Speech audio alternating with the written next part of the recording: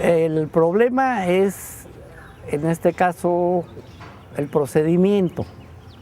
Es decir, tú no puedes presentar un producto acabado y dárselos e imponer, porque toda imposición en el magisterio causa de inmediato un rechazo.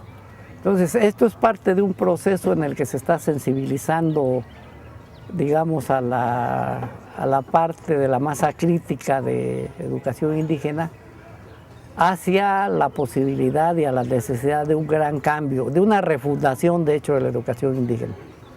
Nosotros planteamos la refundación, es decir, no seguir el cauce de los planes y programas nacionales y de la ausencia de un modelo de educación indígena. No hay un modelo nacional para atender a los indígenas. Lo que se hace es, el programa nacional se le adiciona el asunto de la lengua, se imprimen libros en la lengua y eso es la educación bilingüe.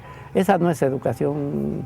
Nosotros estamos proponiendo una educación comunitaria a partir de otros criterios y creemos que sí es posible articular toda la educación en un concepto más amplio de educación básica, en donde la educación de los indígenas empiece desde la educación inicial, usando el modelo de los nidos de lengua, fundamentalmente, que es una propuesta que viene de la cultura maorí, es decir, empezar desde los niños el proceso del bilingüismo.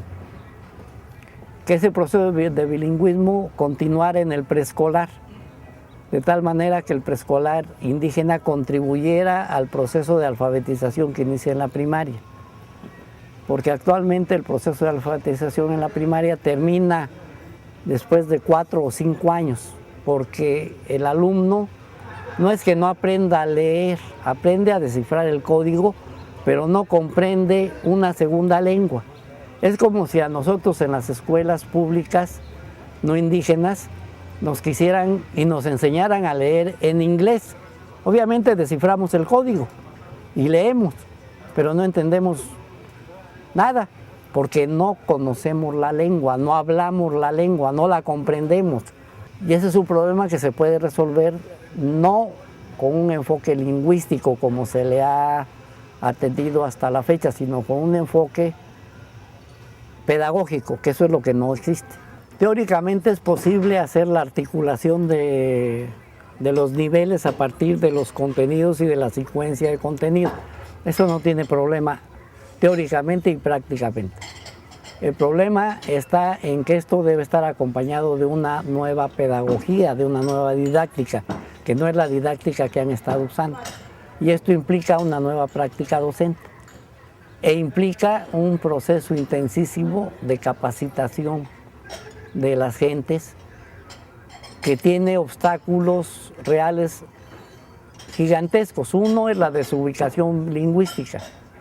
¿Cómo preparas a una maestra de educación preescolar para atender con la nueva metodología a los niños mijes si la que está al frente de los mijes habla guave? Pues termina hablándoles en español y los niños no entendiéndoles nada. Entonces la educación indígena debe hacer un esfuerzo muy serio para hacer que la ubicación lingüística de sus maestros corresponda con el contexto lingüístico de los alumnos. Los nuevos acuerdos que se han tomado de que el maestro que se jubila hereda la plaza a su hijo, está provocando la arribazón de jóvenes hijos de indígenas que ya no vivieron en las comunidades, que se formaron en las ciudades y que no hablan las lenguas. Entonces la destrucción del modelo y de las posibilidades de refundación las están asesinando ellos mismos. En ese contexto, pues cualquier planteamiento, por sólido que sea teóricamente, no va a funcionar. Sí, la evaluación sobre todo ha hecho mucho énfasis en la importancia y el peso que tiene el contexto en los logros de aprendizaje a partir de el capital cultural de los padres. Pero esa es una posición determinista. La investigación educativa ha demostrado que aún en las peores condiciones, buenos maestros logran revertir las condiciones de contexto.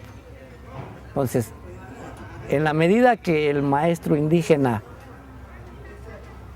no rompa su compromiso con su gente y esté dispuesto a entregar su vida a la formación de sus alumnos y de su gente, en esa medida se salva el problema de la desigualdad contextual.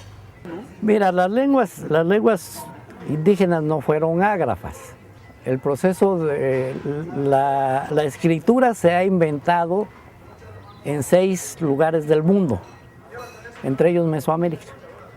El proceso fue fracturado durante la conquista. Hay códices, hay estelas, hay registros que te indican claramente que las lenguas se escribían, aunque las escribieran las élites.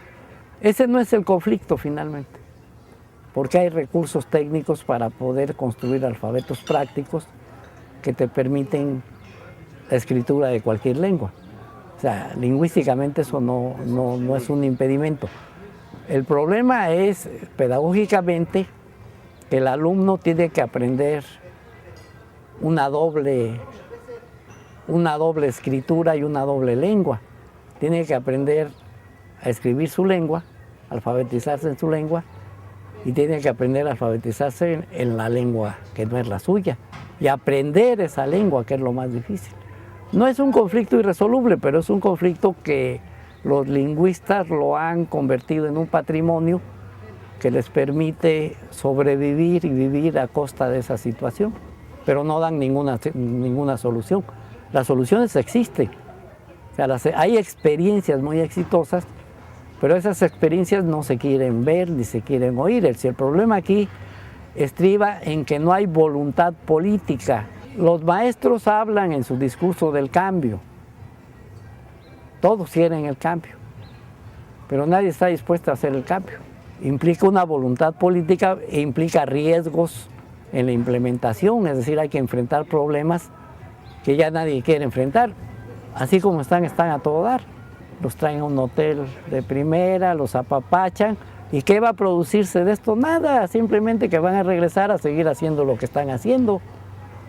Es decir, es irrelevante, pues, finalmente, en tanto no exista un verdadero compromiso con sus comunidades que permita que el cambio se dé. El cambio es posible. Yo digo que el problema de la educación indígena no es el bilingüismo. Yo digo que el problema de la educación indígena es el cómo hacer que los estudiantes aprendan a aprender, ¿sí? Porque la escuela, finalmente, todo el mundo lo que trata es de que el alumno aprenda a aprender y cómo los estudiantes se hacen responsables de su propio aprendizaje. Y eso se puede lograr. Y ahí no entra el conflicto del bilingüismo, porque es parte de un proceso que el alumno va a salvar de manera casi natural. Sí, yo no lo veo como un problema de bilingüismo, el problema es de otra naturaleza. Yo creo que la educación indígena ha movilizado a una buena cantidad de intelectuales y pedagogos nacionales a partir del alzamiento de Chiapas.